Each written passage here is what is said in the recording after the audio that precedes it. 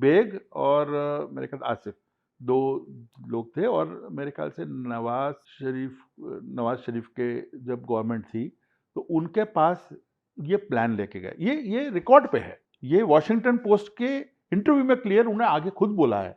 ये मैं नवाज नहीं बोल शरीफ रहा, ने खुद नवाज़ बोला। शरीफ ने खुद एडमिट किया कि मेरे पास ये दोनों जर्नल आते हैं और वो तब कब आते हैं जब कोल्ड वॉर खत्म हो गई होती है 90s की और फंड्स जो होते हैं जो इनके पास आ रहे होते हैं अमेरिका से और सब जगह से, जो बाद में काफी लोगों ने एडमिट किया कि हमको फंड्स मिलते थे सब करने के लिए। अभी का डिफेंस मिनिस्टर ने भी यही चीज, पाकिस्तान के डिफेंस मिनिस्टर यही चीज टीवी पे बोली, एक नहीं 10 बार बोल दी कि भाई हम लोग तो करते थे ये सब, ठीक है ना।